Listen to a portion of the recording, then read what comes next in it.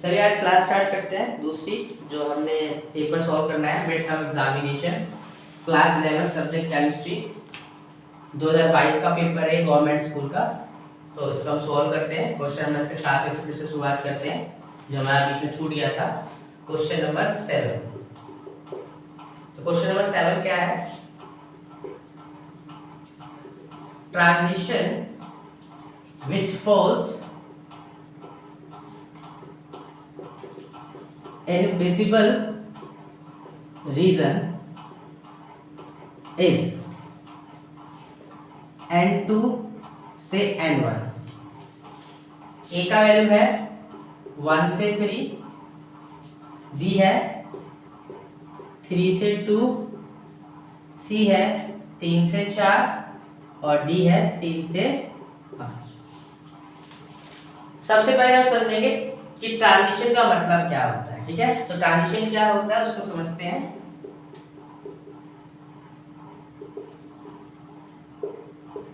When electron jump from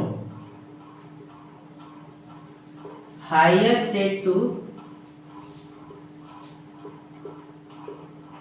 lower state, it produce some spectrum line.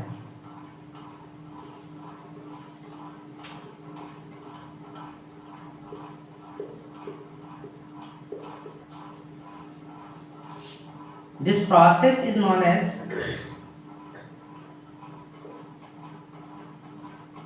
Spectrum. मतलब जब electron jump करता है higher से लोअर स्टेट पर तो वो कुछ स्पेक्ट्रम लाइंस बनाता है, उसी प्रोसेस को हम ट्रांजिशन कहते हैं। ये ऐसे भी हम कह सकते हैं कि जब इलेक्ट्रॉन एक्साइटेड कर जाए लोअर टू हायर तब भी वो स्पेक्ट्रम लाइन बनाता है, पर इस प्रोसेस को हम एक्साइटेशन बोलते हैं। इस प्रोसेस को हम कहते हैं एक्साइटेशन कहते हैं। तो ट्रांजिशन क्या होता है वो हमें पता चल गया है। अब हम क्वेश्चन की तरफ बढ़ते हैं। क्वेश्चन को ध्यान से देखते हैं क्वेश्चन क्या कह रहा है। Transition is for visible region. तो विजिबल रीजन का मतलब क्या होता है सर, उसको समझते हैं आराम से। तो हम पहले सबसे पहले हम सीरीज को देखेंगे। सबसे पहले सीरीज आती है हमारे यहाँ पे लाइमन सीरीज, फिर आती है हमारे पास बाल्मर सीरीज, फिर हमारे पास आती है पास्टन सीरीज, फिर ब्रैकेट सीरीज और देन इसके बाद आती है पीफन सीरीज। तो लाइमन सीरीज होती है वो हमारा बेटा यूवी रेज होती है और इसकी जो वैल्यू होती है n1 से लेके n1 की वैल्यू होती है 1 से लेके n2 इंफिनिटी तक होता है। देन बाल्मर सीरीज जो होती है बेटा वो विजिबल रीजन होती है, वो n1 वैल्यू इसकी 2 से लेके बेटा n2 इंफिनिटी तक होता है। ये इंफ्रारेड होती है, n1 3 से लेके n2 इंफिनिटी तक होता है। ऐसे हमारे पास ब्रैकेट होती है वो भी इंफ्रारेड होती है, n1 4 से लेके n2 इंफिनिटी तक होता है और पी फंड भी हमारे लिए इंफ्रारेड होती है, वो भी n1 5 से लेके बेटा n2 इंफिनिटी तक होती है। ठीक है, तो हम क्या करेंगे ध्यान से देखेंगे। इसने पूछा है विजिबल रीजन का आंसर देना है सर। ठीक है, तो वो क्या होगा बेटा, हाईएस्ट स्टेट से लोअर स्टेट चल रहे ट्रांजिशन में मतलब highest state to lower state. तो यहाँ पे 1 2 3 ये तो हो नहीं सकता है। अब बात करते हैं 3 2 4 ये भी नहीं सकता है, 3 से 5 ये भी नहीं सकता है। तो हाईएस्ट से लोअर जाना तो यही इसका करेक्ट आंसर है। 3 से 2 इसका करेक्ट आंसर है और आपको दिख भी रहा होगा 2 से इनफिनाइट जाना मतलब ट्रांजिशन होता है। ठीक है, यानी 2 से इनफिनाइट जाना एक्साइटेशन होता है और इसका उल्टा क्या हो जाएगा, ट्रांजिशन हो जाएगा। और इसी उसमें आपको विजिबल रीजन मिलेगा। विजिबल रीजन में आपको दिखाई देगा विब्ग्योर, जिसमें इसका जो वैल्यू होगा 400 nm से 750 एलएम के बीच में इसका वेवलेंथ होगा। ठीक है, अब आते हैं नेक्स्ट क्वेश्चन पे। नेक्स्ट क्वेश्चन को समझते हैं। नेक्स्ट क्वेश्चन क्या है पेपर का, उसको सॉल्व करते हैं आराम से और देखते हैं।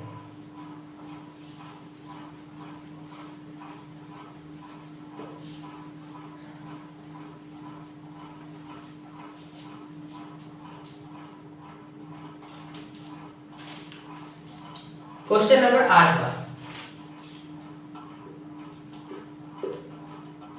Which of the following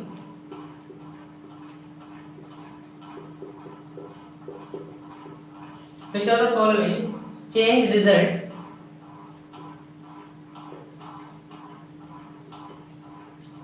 into increase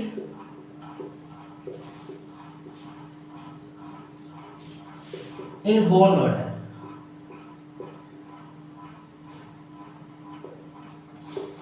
A,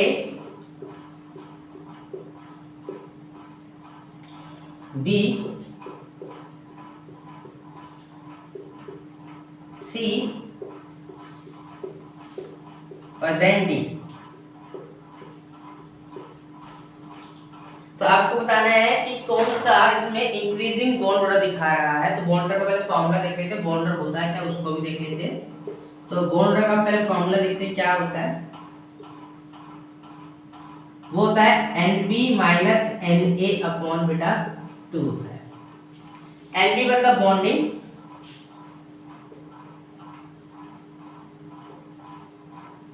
और Na मतलब बेटा anti bonding.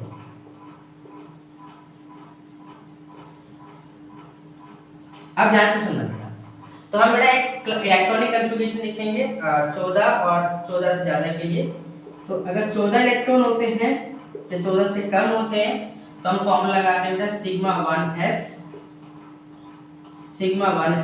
Sigma star 1s sigma 2s sigma star 2s। ठीक है, देन इसके बाद सिग्मा 2pz पाई 2px पाई 2py पाई स्टार 2px और पाई स्टार 2py। देन आता है सिग्मा स्टार 2pz। अगर मोर देन 14 इलेक्ट्रॉन होंगे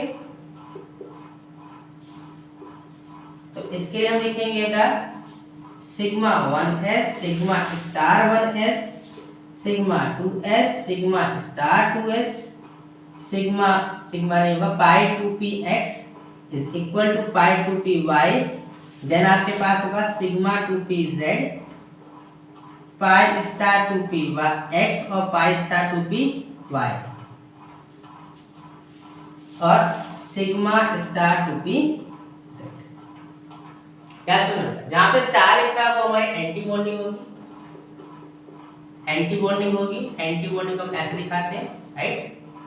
और जहां पर हमारा स्टार नहीं होगा, नॉट स्टार, जहां पे नहीं होगा नॉट स्टार, वहां पे साई ए प्लस बीटा साई बी, ये बॉन्डिंग होती है हमारी। ठीक है, ये बॉन्डिंग है और ये हमारी क्या है, एंटी बॉन्डिंग है। अब ध्यान से सुनना, ठीक है। अब सबसे पहले हमें क्वेश्चन को देखना है, ये तो हमारे पास जनरल नॉलेज होगी इसके लिए। O2 से हमें आना O2 नेगेटिव, O2 से O2 नेगेटिव। तुम्हें चेक करना है कि इलेक्ट्रॉन बढ़े हैं या घटे, पहले चेक कर लेते। O2 के अंदर टोटल इलेक्ट्रॉन 16 होते हैं और O2 नेगेटिव के अंदर एक बढ़ जाएगा तो 17 हो जाएगा। ठीक है, तो हम इलेक्ट्रॉनिक कन्फिगरेशन 14 से ज्यादा वाला है तो इसका इस्तेमाल करते हैं। इसमें 2 भरा, इसमें 2 भरा, इसमें 2 भरा, 2 भरा, हर एक ऑर्बिटल में 2 इलेक्ट्रॉन बनेंगे, 2 2 2 यानी 8 इलेक्ट्रॉन भर चुके हैं। अगेन हम बेटा यहाँ 2 भरेंगे और 2 भरेंगे तो 8 4 12 हो गया, 12 और हम 2 भर देंगे तो 14 और एक इसमें एक इसमें। तो टोटल मिला के अगर हम ध्यान दें बेटा तो यहाँ पर इसको हम के डैश बॉन्डिंग करते हैं, जिसकी बात हम नहीं करेंगे, बॉन्ड ऑर्डर निकालते हैं बस। यहाँ जब इसका बॉन्ड ऑर्डर निकालेंगे तो सर फॉर्मूला होता है NB माइनस NA/2।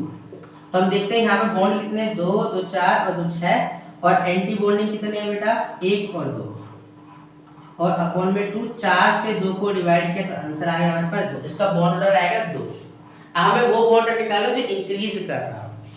देखते हैं अगली बात में 17 इलेक्ट्रॉन हुआ तो एक इलेक्ट्रॉन यहाँ पे ज्यादा आ जाएगा तो यहाँ पे 2 आ जाएगा। ठीक है, तो अब बॉन्ड ऑर्डर निकालेंगे तो बेटा क्या होगा, ध्यान देना, ये हम निकाल रहे हैं O2 O2 नेगेटिव का, O2 नेगेटिव का। तो फॉर्मूला होगा इसका बेटा NB माइनस Na अपॉन बेटा 2।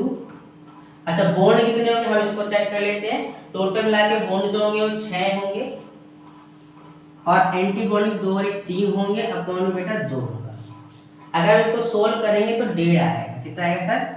तो जो कि डिक्रीज कर रहा है, इंक्रीज नहीं कर रहा, तो ये वाला आंसर नहीं हो सकता है। ठीक है, अब आते हैं अगले वाले पार्ट पर। ठीक है, अगले वाले का निकालते हैं, सेकंड पी का देखते हैं। पी क्या इंक्रीज कर रहा है या नहीं कर रहा है उसको चेकआउट करते हैं। क्या चलेगा? तो अब क्या करना है हमें, O2 है यहाँ पे, फिर से हमें देखा 16 था, तो 16 का तुम्हें पता है बॉन्ड नंबर 2 होता है, हमने निकाला था थोड़ी देर पहले, है ना। 16 का बॉन्ड नंबर 2 था। अच्छा सर, अब निकालेंगे O2 2 नेगेटिव का निकालेंगे। ठीक है, तो 2 नेगेटिव का मतलब कितना हो गया, 16 और 2 18, यानी कि यहाँ पर भी 2 इलेक्ट्रॉन आ जाएंगे। ठीक है, अब अगर हम O2 2 नेगेटिव का बॉन्ड नंबर निकालेंगे सर, तो बॉन्ड नंबर का फॉर्मूला होता है NB माइनस Na अपॉन बेटा 2। तो जो बॉन्डिंग है वो 6 की है और एंटी बॉन्डिंग 4 की है। तो 6 में से अगर 4 गया अपॉन में 2 किया तो 6 में से 4 गया 2, तो 2/2 1 बॉन्ड नंबर आएगा, यानी इसमें भी डिक्रीज कर रहा है, तो ये भी आंसर नहीं होगा। ठीक है, आते हैं अगले पार्ट पे इसके। ठीक है, ध्यान से सुनिए। चलिए अब देखते हैं इसके अगले पार्ट को, O2 से O2 पॉजिटिव की बात। तो O2 का तो हमें बॉन्ड नंबर पता ही कि 16 इलेक्ट्रॉन होते हैं, तो 2 ही होगा इसका। और 2 पॉजिटिव की बात चल रही है, तो उसको देख लेते हैं आराम से। 2 पॉजिटिव का मतलब 1 इलेक्ट्रॉन कम हो गया, तो कितना बचा 15। पहले 16 थे, 1 घट गया तो 15 हो गया। ठीक है सर, प्लस का मतलब इलेक्ट्रॉन ज्यादा, तो अब इसमें हम 1 इलेक्ट्रॉन घटा देंगे। 15 था तो 15 के लिए हम क्या करेंगे, यहाँ से हटा देंगे क्योंकि 18 थे, और इसमें 1 इलेक्ट्रॉन भर देंगे। देखो 15 ही हो रहा होगा, 2 2 4 2 6 2 8 2 10 2 12 2 14 और 1 15। ठीक है, अब 15 इलेक्ट्रॉन है इसके टोटल, तो हम बॉन्ड निकालेंगे किसका सर, O2 पॉजिटिव का। ठीक है, तो NB माइनस बेटा Na होगा अपॉन में 2, यहाँ से कितना आएगा 6 माइनस 1 अपॉन 2, 5/2 यही 2.5। देखो 2 से 2.5 जाएगा तो इसका बॉन्ड नंबर बढ़ गया, तो C is the correct answer. Sir मैं आपसे चलते हैं नेक्स्ट क्वेश्चन की तरफ। नेक्स्ट क्वेश्चन क्या है उसको देखते हैं, ध्यान से देखिएगा sir.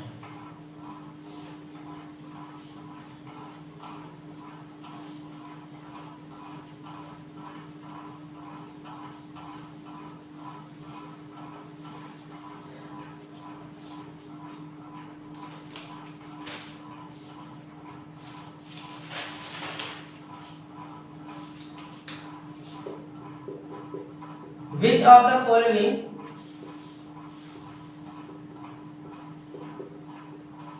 is not a paramagnetic?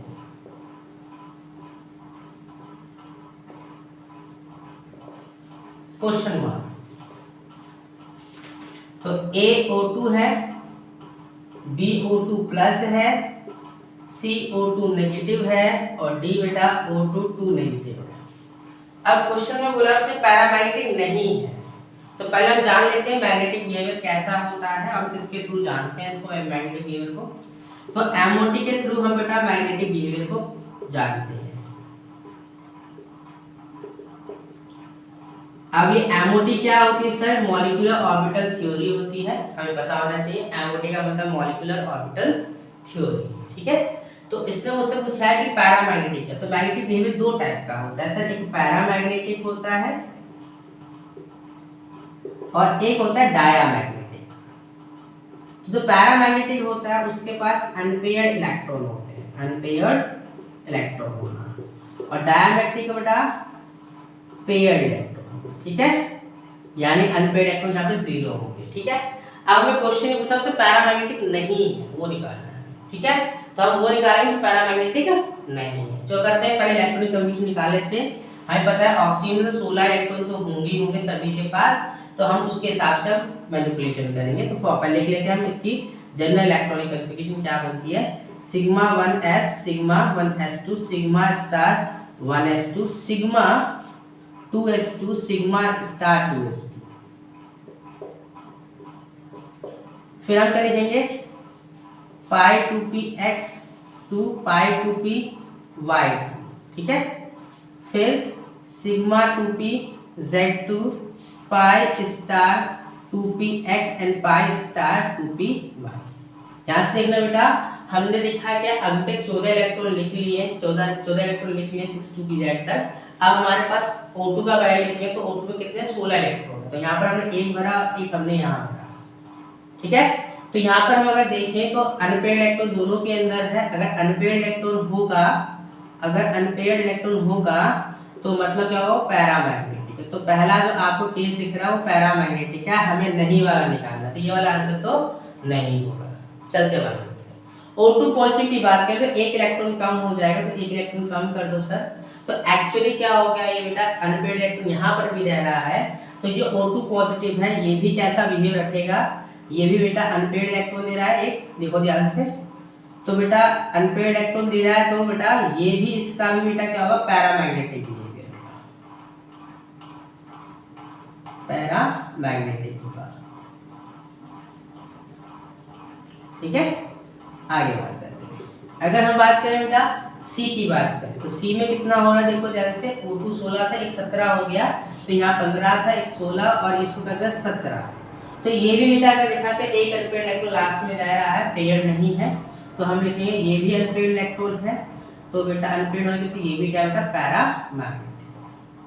Last वाला हमारे पास रह गया डी ऑप्शन। डी ऑप्शन यहाँ पे करेक्ट होगा, देख लीजिए यहाँ पे 16 और 18, यहाँ पे सारे इलेक्ट्रॉन देखो पेयर हो गए, दो का पेयर बन गया है। जहां पर इलेक्ट्रॉन पेयर होते हैं वो डायमैग्नेटिक होता है, यही पैरामैग्नेटिक नहीं है, तो D is the correct answer. समझ में आया? आगे चलते हैं बच्चे, देखिए अगले क्वेश्चन।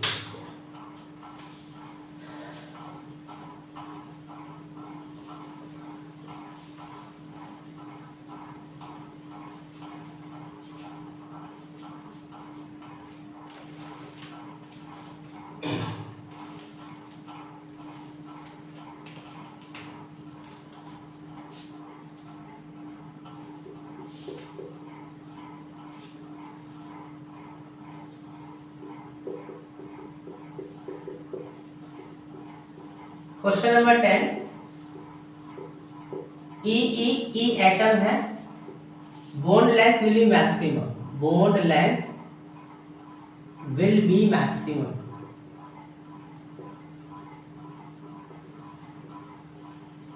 पहला दे रखा है HF, दूसरा दे रखा है N2, तीसरा दे रखा है आपको O2 और चौथा आपको दे रखा है F2। उसने पूछा है मैक्सिमम बॉन्ड लेंथ किसकी होगी, ठीक है सर। ध्यान दीजिए, मैक्सिमम बॉन्ड लेंथ किसकी होगी, मैं बताता हूँ किसकी होगी आपको, यहाँ से सुनिएगा ऐसे क्वेश्चन कैसे सॉल्व करते हैं। तो bond length will be maximum पूछ रहा है, तो सबसे बड़ी किसकी होगी सर। देखो ध्यान से सुना, अगर मैं बॉन्ड ऑर्डर की बात करूँ तो बॉन्ड ऑर्डर पर हमारा डिपेंड करता है लेंथ, ठीक है। तो यहाँ पर ध्यान से सुनिएगा सर, अगर मैं बॉन्ड ऑर्डर की, अगर मैं मैक्सिमम अगर लेंथ निकालूं तो लेंथ होता है, लेंथ ऑफ बॉन्ड अगर लिखूं, बॉन्ड की जो लेंथ होगी वो inversely proportional to bond order होगी, ठीक है सर, बॉन्ड ऑर्डर, ठीक है। तो bond length is inversely proportional to bond, जितना बॉन्ड का ज्यादा होगा उतना ही बेटा बॉन्ड लेंथ कम होगी, यानी कि बॉन्ड ऑर्डर अगर बढ़ेगा तो बॉन्ड लेंथ घट जाएगी, ओके। बॉन्ड ऑर्डर अगर बढ़ेगा तो बॉन्ड लेंथ घट जाएगी। तो इसका बॉन्ड अगर मैं निकालूं तो बेटा इसका बॉन्ड 3 निकलेगा, आपने 10th क्लास में भी इसको बनाया होगा, ऐसे 3 बॉन्ड बने होंगे आपके। तो इसकी बॉन्ड लेंथ छोटी होगी ज़्यादा, इसके अंदर भी बेटा डबल बॉन्ड होगी, तो इसकी बॉन्ड लेंथ से इसकी बॉन्ड लेंथ बड़ी होगी, ठीक है। अगर मैं बात करूं F2, तो F के अंदर भी सिंगल बॉन्ड है और HF के अंदर भी सिंगल बॉन्ड, तो इनमें से दो कोई करेक्ट आंसर होगा, तो देखते हैं कौन सा आंसर करेक्ट है। सर सेम साइज के बीच में बॉन्ड लेंथ क्या होती है, छोटी होती है। सेम साइज के जो एटम्स होते हैं उनके बीच में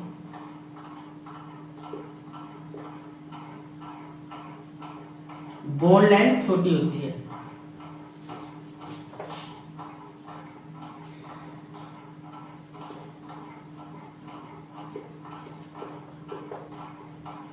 तो रह क्या गया हमारे पास HF, इसका करेक्ट आंसर है, इसकी बॉन्ड लेंथ बड़ी होगी क्योंकि ये H है और ये फ्लोरीन है, ये पॉजिटिव होगा, इसके इस पर ये फ्लोरीन होगा, तो दोनों के बीच में डिस्टॉर्शन आ जाएगी, जिसकी वजह से बॉन्ड लेंथ बढ़ जाएगी। आगे बढ़ते हैं सर, अगले क्वेश्चन की तरफ बढ़ते हैं। अगला क्वेश्चन क्या है उसको समझते हैं, आराम से एज करते हैं sir.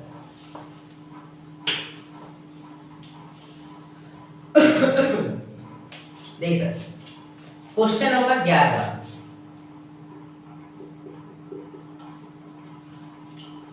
Covalent bond length will be maximum in first CF, second CL, C CBr और D CI। अब इसको ध्यान देंगे, हम कैसे इसको सॉल्व करेंगे, आराम से समझेंगे इस चीज को।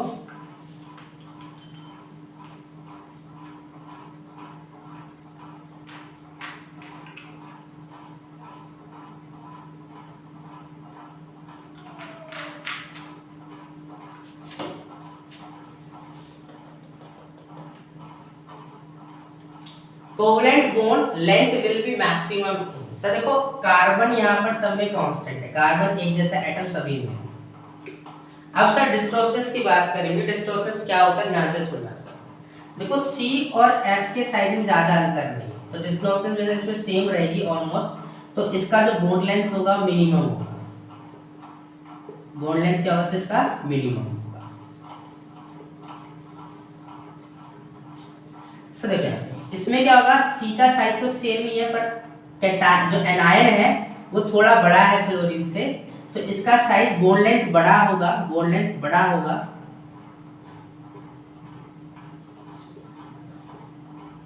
CF से, ठीक है। ऐसे इसकी बात करें तो Br इससे बड़ा एनायन है, तो इसकी वजह से मेरी डिस्टोर्शन ज्यादा होगी, तो इसका बॉन्ड लेंथ जो बड़ा होगा वो CF से होगा। बॉन्ड लेंथ बड़ा होगा CF और Cl से, बॉन्ड लेंथ बड़ा होगा CF एंड Cl से। इसका मतलब सबसे बड़ी जो बॉन्ड लेंथ होगी Ci की होगी, ठीक है सर। इन दोनों के बीच में ये एनायन बहुत बड़ा है और ये जो कैटायन है बहुत छोटा है, डिस्टोर्शन ज्यादा हो जाएगी तो बॉन्ड लेंथ बढ़ जाएगी। तो बॉन्ड लेंथ इस कोवलेंट में सबसे बड़ी किसकी है, Ci की है, कार्बन आयोडाइड की, ठीक है। चलते हैं आगे बढ़ते हैं सर, ध्यान से देखिए क्या होगा सर।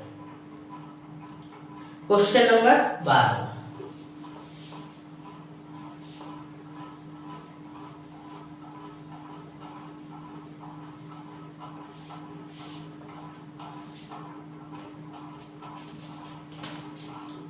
क्वेश्चन नंबर 12 क्या कहता है, formal charge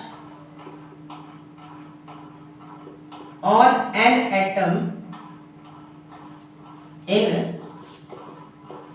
NH4 positive ion is। तो ये टॉपिक है, किस कॉन्सेप्ट से पहले वो देखेंगे आराम से, उसको समझेंगे भी कॉन्सेप्ट को, तब क्वेश्चन लगेगा हमारा। तो ये कॉन्सेप्ट हमारा वो लीविस थ्योरी के ऊपर है। लीविस थ्योरी क्या कहती है, ध्यान से सुनिएगा। लीविस थ्योरी क्या कहती है सर, अगर नेगेटिव चार्ज होगा, अगर नेगेटिव चार्ज होगा always appear on corner atom first में, but the positive charge always appear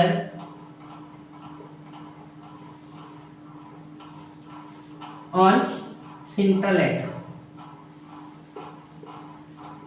तो हम ये कह सकते हैं कि NH4 पॉजिटिव अगर हमारे पास स्पीसीज है तो हमारा जो सेंट्रल एटम है उस पर प्लस चार्ज होगा, वो भी 1 का। तो answer B is the correct answer इसका है, ध्यान से सुन लीजिएगा, +1 इसका करेक्ट आंसर है, ठीक है। ये ऑक्सीडेशन नंबर वाला क्वेश्चन नहीं है, फिर कह रहा हूँ कभी कभी डायरेक्टली नीचे पूछा जाता है क्वेश्चन, तो प्लीज इसको देख लें एक बार ध्यान से, आराम से, कोई दिक्कत नहीं। आइए चलते हैं अगले क्वेश्चन की तरफ।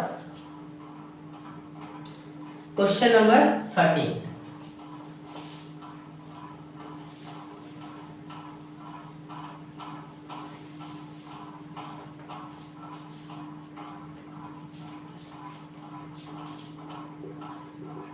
Which of the following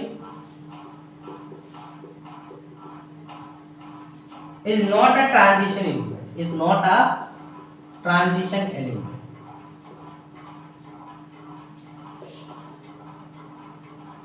Question 1, A titanium, इसका Z22 है, B जर्कोनियम, इसका Z40 है। सी निकल Z28 इसका, और D arsenic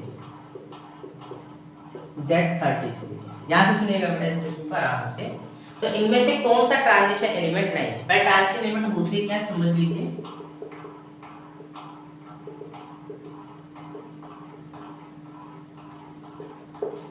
when the d orbital या d सबसेल लिख दो, when the d subshell of the atom is partially or half filled,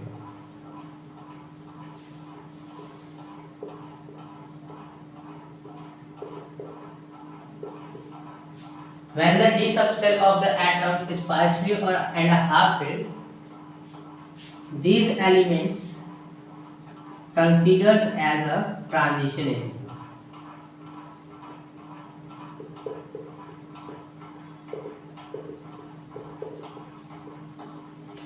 अब इसको थोड़ा समझते हैं आराम से, क्या कह रहा है ये। सर ये भी दो जब होगा तभी होगा, एक या फिर वो एक्साइटेशन हो जाए, एक्साइटेशन स्टेट पे भी हो सकता है वो, और उसकी न्यूट्रल स्टेट पर भी वो हो सकता है। ऐसा दोनों स्टेट पर होना बहुत जरूरी है। तो हम बात करते हैं कौन सा डी के अंदर नहीं आएगा, वो समझते हैं। अगर टाइटेनियम की बात करें, जर्कोनियम की बात करें, निकल की बात करें, तो ये सारे के सारे डी ब्लॉक एलिमेंट्स हैं। अगर आपको थोड़ा बहुत याद भी किया हो, नहीं याद तो कोई दिक्कत नहीं, आप इलेक्ट्रॉनिक सब्स्टिट्यूशन कराइए। मेरे हिसाब से पहले डी की लिख लीजिए, आराम से आपको आंसर मिल जाएगा। आर्सेनिक या सुनिएगा Z बराबर 33 है, 1s2 2s2 2p6 3s2 3p6 4s2, ठीक है। फिर हम बात करेंगे 3d10, ये 30 तक हो गया हमारे पास। अब हम बात करेंगे आगे की, तो हमारे पास आएगा 4p3, यानी कि p ब्लॉक एलिमेंट है आर्सेनिक। याद भी आ रहा होगा आपको थोड़ा सा, नाना पाटेकर ऐश्वर्या सब भिखारी, ठीक है। तो ये आर्सेनिक इसमें आता है, ये इसका करेक्ट आंसर होगा। p ब्लॉक का है इसका एलिमेंट, ये d नहीं है, तो ये ट्रांजिशन इसमें नहीं है। डी ट्रांजिशन एलिमेंट होते हैं, आर्सेनिक डी ब्लॉक में नहीं आता। और दूसरी बात, ये पार्शियली फिल्ड भी नहीं होगा डी के अंदर, ठीक है। तो आपको समझ में आ गया होगा, ये पी के अंदर पार्शियली, ठीक है। चलते हैं आगे बढ़ते हैं।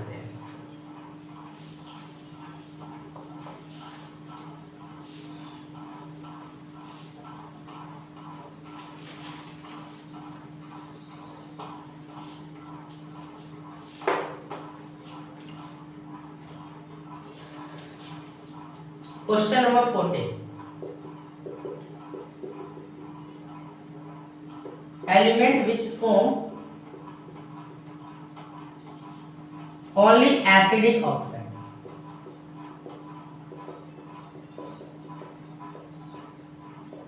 is A aluminium, B carbon, C sodium, D chlorine।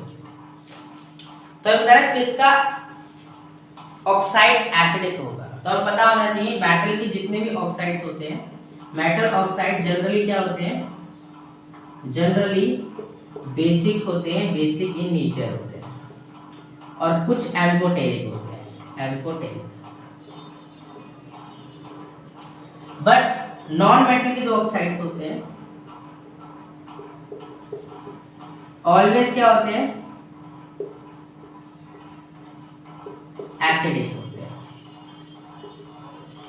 तो एल्युमिनियम और सोडियम तो मेटल्स हैं, तो इनकी बात हम बिल्कुल नहीं करेंगे। कार्बन क्लोरीन की बात करेंगे, तो इसमें क्लोरीन जो होता है वो मोर नॉन मेटल होती है, नॉन मेटल की प्रॉपर्टी ज्यादा कंटेन करता है। तो क्लोरीन कैसा बनाएगा, आपका एसिडिक ऑक्साइड क्रिएट करेगा। तो chlorine is the correct answer, chlorine is the correct answer, ठीक है सर। बढ़ते हैं आगे क्वेश्चन पे।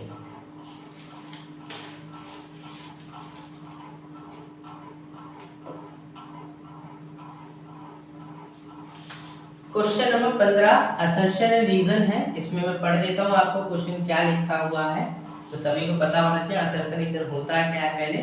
फॉर क्वेश्चन नंबर 15 to 18, 15 से जो 18 क्वेश्चन है, N assertion and reason and give choice to option for these question out of the following choice। तो क्या क्या दे रखा है, both assertion and reason are correct, मतलब क्या होंगे, assertion भी ठीक है, reason भी ठीक है, और reason सही explanation है assertion का, पहला ऑप्शन दे रखा है। ऐसे both assertion and reason is correct but reason not an answer of explanation assertion, मतलब क्या हुआ सर, assertion का वो explanation नहीं है। assertion is correct but reason is incorrect and assertion is correct but reason is correct, ठीक है। तो चार ऑप्शंस आपको दे रखे हैं, मैं आपको पहला assertion लिख के दिखा देता हूँ। क्वेश्चन नंबर 15 दे रखा है, ध्यान से सुनिएगा।